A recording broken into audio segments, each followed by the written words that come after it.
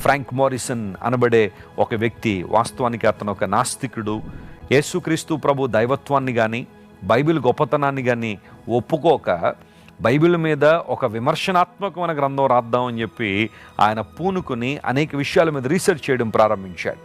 యేసు ప్రభు దేవుడు కాదని, బైబిల్ అంతా ఒట్టిదని, అసలు పునరుత్థానం అనేది జరగలేదని, ఇదేదో కల్పితం అని ఏవో రాసేద్దామని చెప్పి అతడు చాలా ప్రాంతాలు తిరిగి చాలామందిని కలుసుకుని నిన్న పుస్తకాలు చదివి, చారిత్రాత్మకమైన పుస్తకాలు కూడా చదివి ఒక కంక్లూషన్కి వచ్చాడు.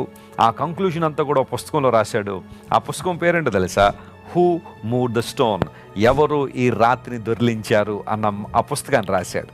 మార్కెట్లో ఆ పుస్తకం ఇప్పటికీ దొరుకుతూనే ఉంది. యేసుక్రీస్తు ప్రభు పునరుత్థానానికి ఉన్న చారిత్రాత్మక, శాస్త్రీయ, పురాతత్వ నివేదికలన్నీ కూడా దానిలో ఉంటాయి.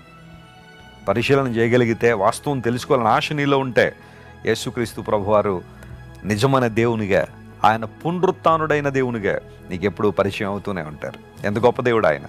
ఈ పునరుత్థాన ఆదివారం రోజున ప్రభువుని మనస్ఫూర్తిగా ఆరాధించండి. దేవాను సజీవుడు, మరణాన్ని జయించి తిరిగి లేచిన దేవుడు, మరణపు ముళ్ళును విరిచివేయడం ద్వారా మరణం అంటే భయం లేకుండా చేసావని ఆయన అని ప్రభువును మనం స్తుతించగలిగితే అంతకన్నా ఆధిక్యత, అంతకన్నా సంతోషం మరొకటి లేదు.